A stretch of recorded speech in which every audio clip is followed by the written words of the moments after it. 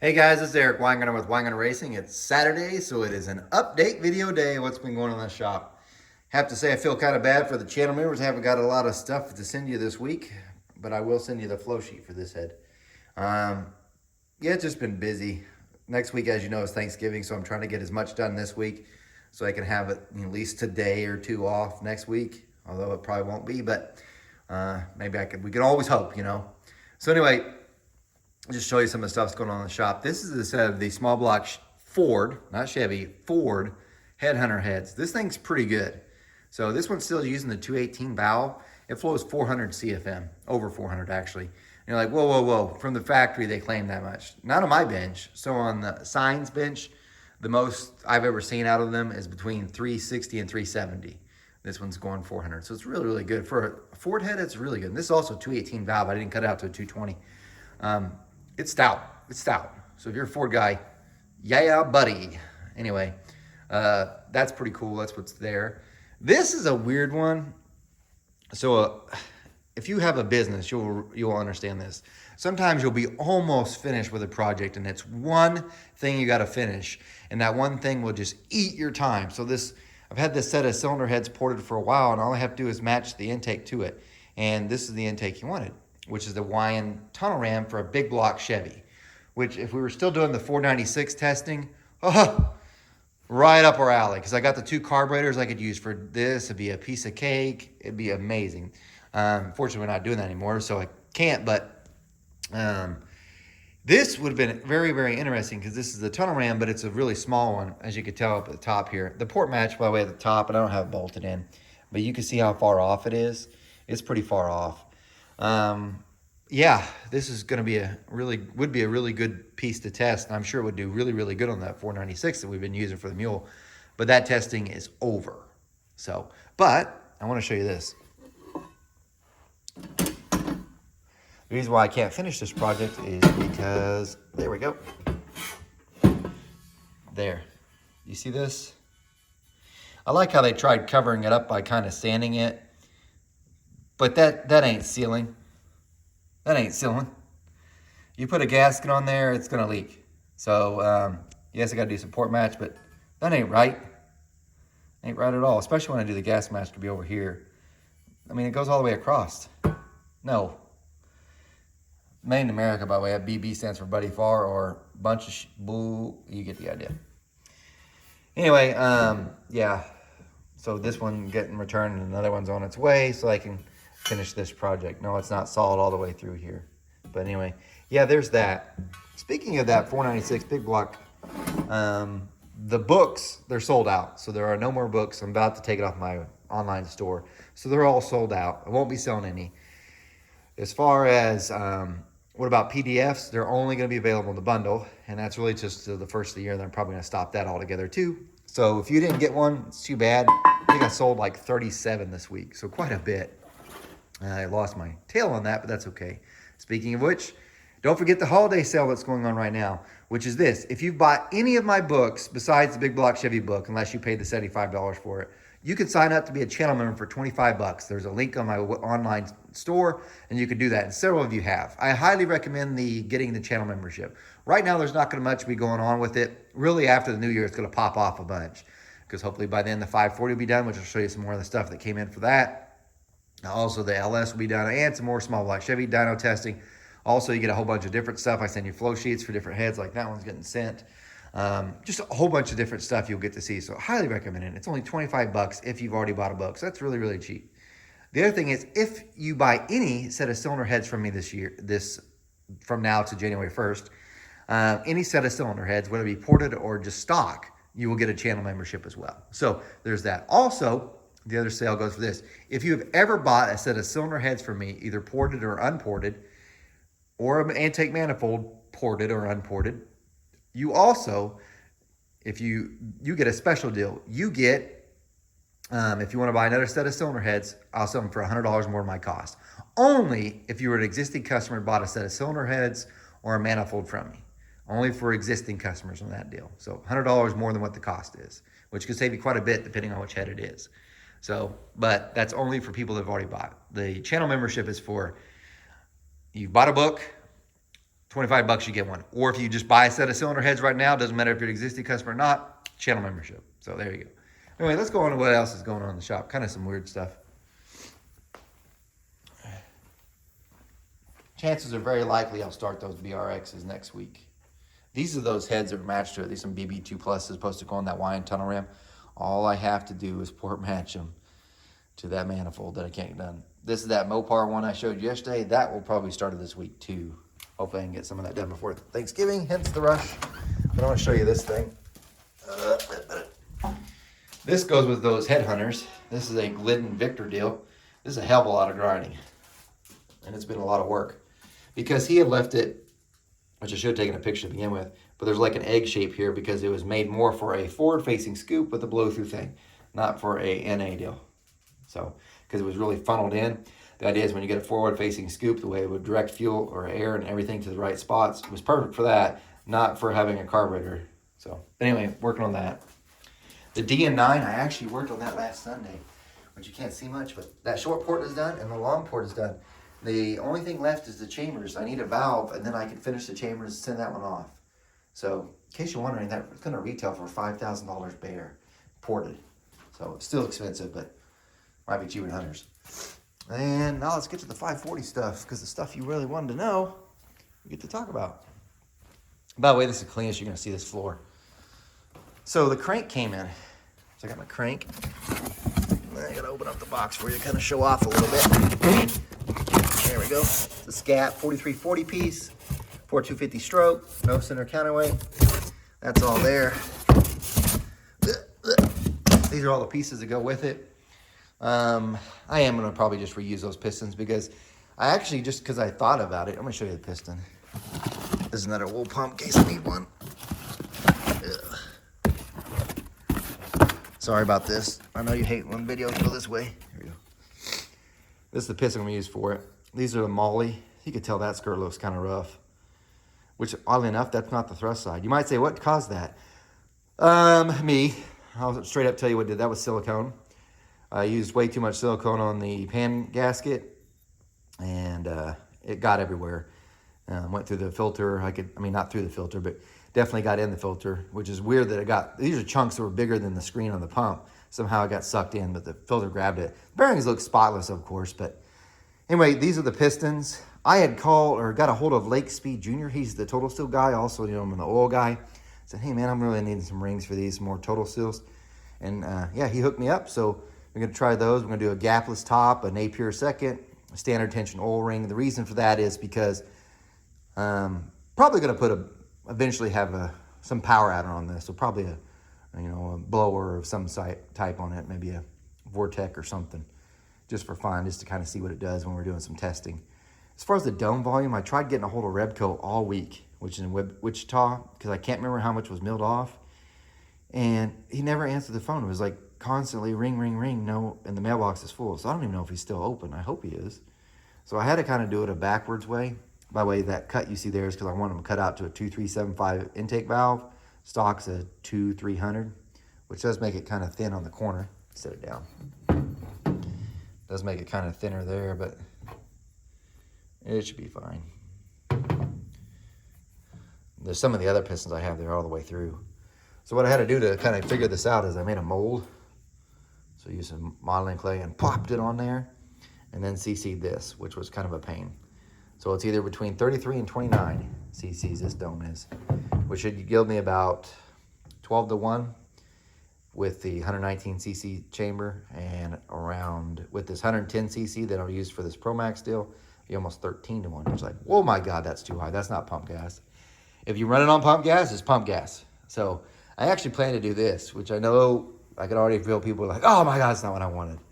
I'm gonna do stuff I want. I want this thing, the 540, that's what this is gonna be. I want it to make gobs of power, all right?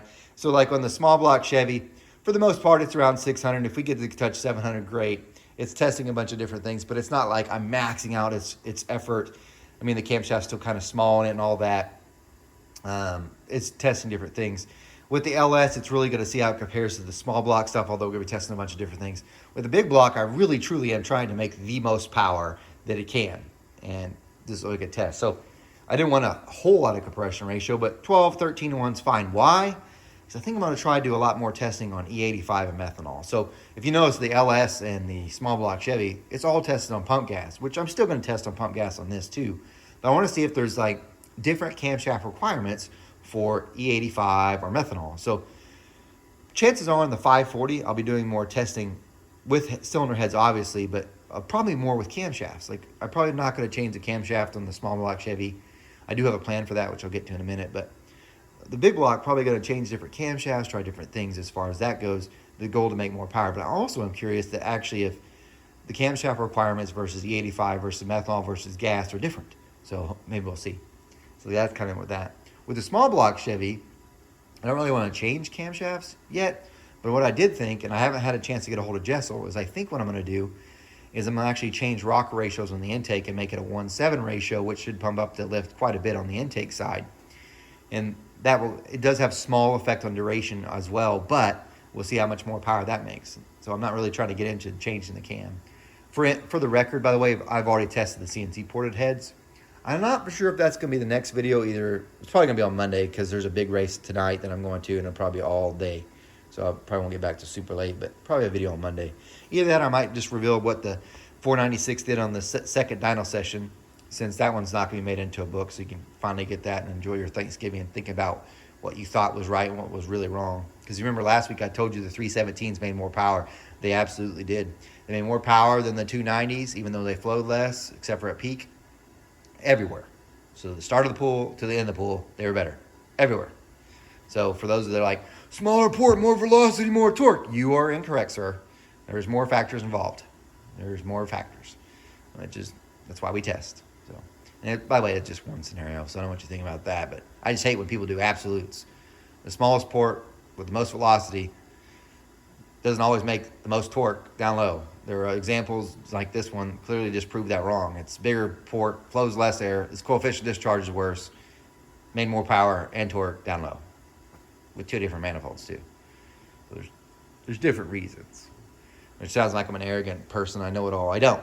That's why I test. So it kind of disproves things that we thought, because if you'd asked me a year ago, I'd have said the same thing. But once you test, you kind of have an understanding that it's not always what you think. Testing shows different things. So, and I'm sure in different points I'm going to test again, like maybe in the 540 it's going to prove me completely wrong because it's a different combination. But you just can't use absolutes. I wish you could. Things would be way easier. So anyway, that's what's going on with that. As far as anything else, it's just, I am going to flow these, and I'll share these with you. These are set in the EQ, which they're upside down. But these are the IMCA ones. There's no porting allowed. I'm going to flow those just so I can share those with you. Oh, I forgot about this one. This is a Dart SHP 220 a guy sent in. Probably should cover up his name. And I'll do a video on that and its flow. That one didn't flow very well. We'll get to see this, though, too, because I know a lot of you circle track guys have to run this head. So that'll be interesting. Well, the last thing I'm going to leave you with today is this. As far as camshaft, you guys had asked about that. Look, I've been spending a ton of money, especially on this Nova and then this 540 deal, so I really, really, really want another camshaft. I really shouldn't be buying it right now. So chances are I'm probably going to use the Comp Cam ones. It was like the same one I used in the 540 from Engine Masters. I was going to use the Doug Herbert, but I pulled out the Cam Doctor. Yeah, it's way big. It's like 280. It's supposed to be 280. It's 285 and like 297. And then one of them was 305 because he actually did them all. So I'm not using that one. That's way, way too much. What I really want is a 273, 285, and on a 112. Because the Camaro's 565, by the way, is a 275, 288 on a 112. But it's also 15, 2-1. So I like to get something close to that, but have about 850 lift because I only have stud mount rockers. If I had shaft rockers, I'd probably push a lift. I'd probably be in the 900s, I'm not gonna lie. But anyway, there's that. So today, I'm going off to that throwdown in H-Town. It's gonna be an amazing race because these guys put on a heck of a show, and I've said too many times in the video. I know you guys are already saying that, and I understand. But yeah, I'm going to that race. It's gonna be amazing. There's some big boys gonna be there, some fast cars. It's gonna be true racing. But anyway. Oh, last thing I'm going to leave with, so that ends all the tech stuff. Going to leave with my son swimming because I told you I would. Going to walk to the front and show the t-shirt so you'll know I'm starting my son's swim stuff. He actually swam 2 meets this week. So last Saturday he swam at Union's meet, which I felt bad I entered him in that. I really did, because I thought it'd be more competitive, and I'm not knocking the people that were there. But I didn't know that the really, really good ones, the really fast swimmers, and I'm not saying that they weren't there. Don't get that idea either. They took that week off because they're going to Topeka this week, which he didn't. But anyway, he was there. He won. Which I felt so bad for him. But he won 2 of the events he was in, like completely won it. And one of them was the 200, I want to say, and then he also won in the butterfly, the 100 butterfly. He didn't have any distance ones in this one, like long distance, like 400 or 500. But he still improved his time, which was great. The thing that got him was it was all in one day. So he had 5 events, but they were back to back. So he got done swimming the 200. He got out, went to the cool down, talked to his coach, went to the cool down pool, got back out, got back in line to go to the next, to be in the next event, because like I said, there wasn't that many swimmers. So he's literally swimming hard for 2 hours almost straight. I felt so horrible for him, because that's not how you kind of beat your time. I'm surprised he even improved them. Then on Thursday, which was a couple of days ago, he competed for not his club, but his high school one, and he went to Fort Gibson. We haven't been to Fort Gibson since he was a child, and I'm going to say this because if you have a child, you understand this. He swam, he was probably like 5 or 6, and we were at Fort Gibson. It was competitive, so we were competing and stuff. But this is probably the worst he's ever embarrassed us as parents. I mean, ever. So he was doing breaststroke, and at the time, that was his swim. Now he sucks at breaststroke. It's his worst. But anyway, so he took off, and I was like, oh, he's going to win, because he was really good. And this boy just barely beat him, like right at the end. And so he looks back at the scoreboard and he sees that he finished second. And so we're like, good job, buddy. Because he's like 5 or 6. I was like, good job, buddy. Takes off his swim cap. I mean, this place is crowded. There are parents literally everywhere, a standing room only. We're standing up. And he comes over and he goes, this, throws off his swim cap. And he's like, this sucks. Second sucks. And this is after he'd already won all the others. So he won 3 other ones. And he was just like furious. And we're like, yeah, that's our son. Sorry. And we're like, no, it's okay. And like, no, Dad, this sucks. Like super loud. And I'm like, oh my gosh. So embarrassing. That's the last time we've been to Fort Gibson. So here we are, like 10 years later or whatever.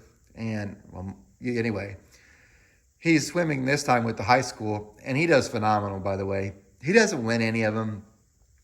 He finishes second because the person that keeps beating him happens to be the fastest one on his team. So he's got 2 that are faster on his team, but he finished like second in the 50 free, and he improved his time. So the only thing you're really worried about is beating your time. He did that, and it wasn't even a good swim. He hit the landlines when he took it off. He filled one of his goggles up with water, still improved his time. The other one was a 100 butterfly. Oh my God, that kid's getting fast on that. Second again, but man, he's getting it. So yeah, I was super proud. Broken Arrow ended up winning that, both boys and girls. So they're 2-0 right now versus other teams. He doesn't have any events next week, thank God, because it's Thanksgiving. Although there's a chance he's going to go swim at a San Antonio swim club because he can get some extra practice in. So anyway, I know you guys don't care about that, but again, if you are a parent, you will totally brag on your kid. And not because I'm living through them. Obviously, I'm not, because I can't even swim. Although I'm taking swim classes again. Yeah, because I'm an idiot. But I'm just so proud of him. I've never seen him work so hard at something besides video games, which I'll tolerate, but I'm just proud that he puts in the effort. I mean, he had to give up food. He has to exercise twice a day. So he got up at like 4 o'clock in the morning several days to go swim. He gets done with swim, goes to school, gets through school, goes to swim at BA, gets done with BA swim, goes to swim at Union. So there's actually 3 practices in a day. I mean, it's a huge sacrifice. It's not like I'm like, get your butt up, let's go. I don't have to tell him anything. He just does it. So you'd brag on your kid too. Anyway, guys, thanks for watching.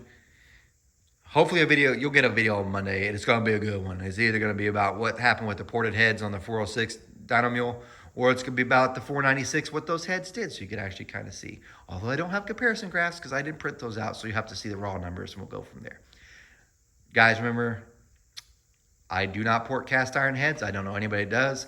I'm No Superman. You guys take care.